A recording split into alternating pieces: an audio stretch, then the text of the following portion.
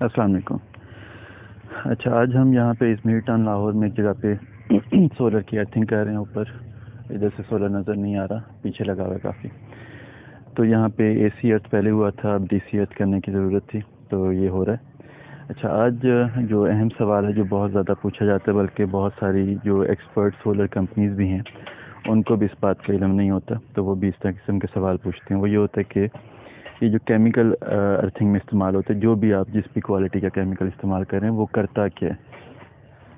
तो पहले मैं आपको थोड़ी सी अर्थिंग की तफसील समझा दूं। पिछली वीडियोस में कुछ में मैंने ये डिस्कस किया हुआ है कि पहले हम सॉइल टेस्ट करते हैं।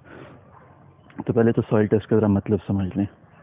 जब हम सॉइल टेस्ट करते हैं तो उसका मतलब ये होता है कि ये जो ऊपर की ज़मीन है, ये जो मिट्टी हमें नज़र आ रही है, तो जाहिर सी बात है जिस तरह हम गहराई में जाते जाएंगे ये मिट्टी या तो यही रहेगी, या हो सकता है इसके 10 फुट नीचे बाद कोई एक पत्थर की लेयर हो, फिर उससे थोड़ा सा नीचे जाके रेत की लेयर हो, और इस तरह ये चेंज होता रहता है।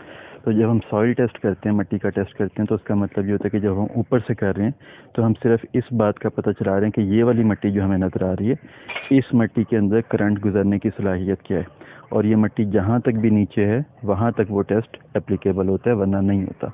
ठीक है। तो कभी भी रेजिडेंशियल में तो हम लाहौर में हमारे पास हर साइड का डाटा आ रहा होता है, और हमें पता होता है किस साइड पे कितनी गहराई बाद रेत है और कितनी गहराई बाद पत्थर वगैरह निकल रहे हैं, तो उससे हमें अंदाज़ा होता है। लेकिन जब भी कोई नई साइट हो, किसी नई जगह पे अर्थिंग करनी हो और वो कमर्शियल लेवल की अर्थिंग हो, तो सबसे पहले ये देखने के लिए कि हमारे पास ज़मीन में नीचे क्या है, तो उसका सॉइल टेस्ट सिर्फ ये ज़मीन के ऊपर से नहीं होता, बल्कि एक पूरा बोर किया जाता है और उसके अंदर एक पूरी अर्थिंग की जाती है, और फिर देखा जाता है कि अंदर से इफ़ेक्ट क्या आ रहे हैं, और यानी कि उसका सॉइल टेस्ट एक पूरी अर्थिंग खुद होती है।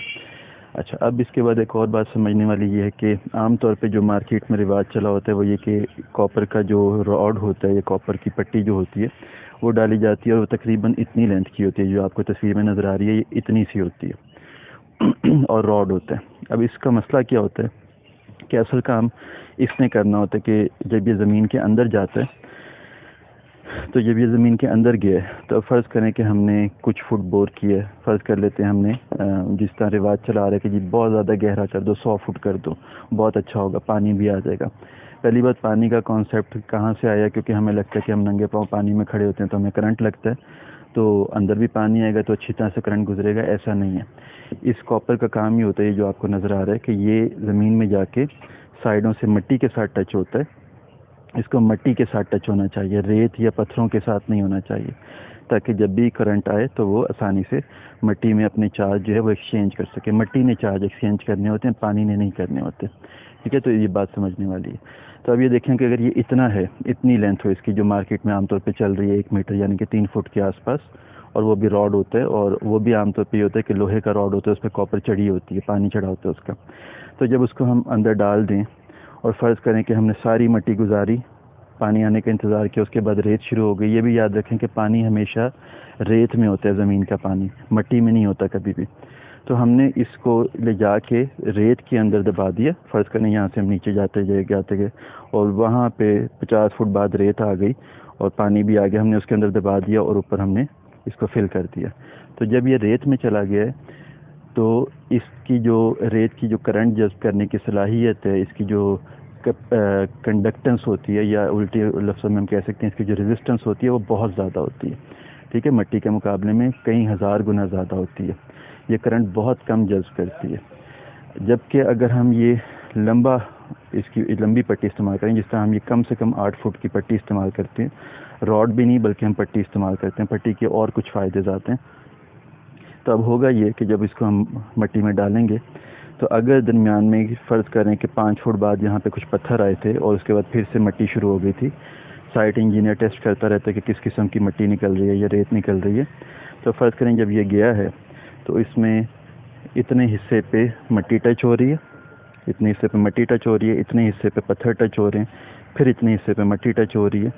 तो ये मल्टीपल ज़मीन के अंदर मुख्तलिफ़ जगहों पे ये पट्टी टच हो रही है, उसको हर जगह पे मुख्तलिफ़ जितने भी कैफियत हैं मिट्टी की वो मिल रही हैं, और वो हर तरह से करंट को मिट्टी के अंदर भेज सकते हैं। जबकि अगर ये इतना सा होता तो इसके इर्द गिर्द जो मिट्टी आई है बस इसको वही मिल रही है, ऊपर जो तार है उसका कोई इफ़ेक्ट नहीं है।